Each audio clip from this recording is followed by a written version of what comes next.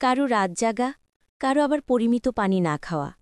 আবার কেউ কেউ তো শরীরের কথা না ভেবেই খেয়ে চলে নিজেদের পছন্দের মিষ্টি এবং ভাজাপোড়ার মতো ক্ষতিকর খাবার। এমন নানা কারণে যে ঝুঁকিতে পড়ছে আপনার শরীর তা কি জানেন? এবারে জানব সুস্থ জীবনযাপনের জন্য প্রয়োজনীয় ৭টি অভ্যাস। প্রতিদিন নিয়ম করে ৮ ঘণ্টা ঘুমানোর অভ্যাস বদল আনবে আপনার জীবনযাত্রায়। টানা ১ মাস ৮ ঘণ্টা ঘুমানোর চেষ্টা করুন। প্রতিদিন একই সময় ঘুমাতে যান। নিয়মিত অনুশীলন করলেই সেটি আপনার অভ্যাসে পরিণত হবে। প্রতিদিন অন্তত ৮ থেকে ১০ গ্লাস পানি পান করুন। বাইরে বেরোলেই সাথে নিন পানির বোতল। নির্দিষ্ট সময় পরপর পানি পান করলে শরীর আর্দ্র থাকবে।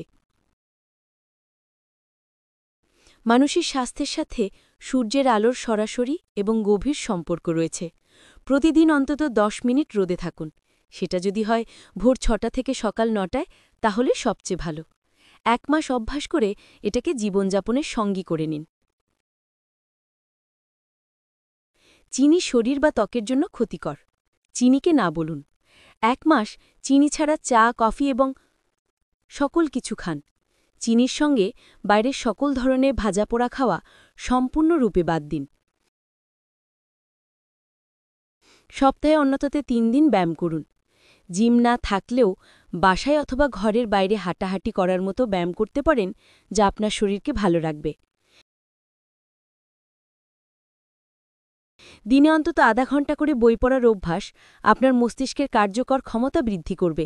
তাই প্রতিদিন আধা ঘণ্টা আল কোরআন, ছোট গল্প, উপন্যাস, পত্রিকা বা যে কোনো কিছু পড়ুন।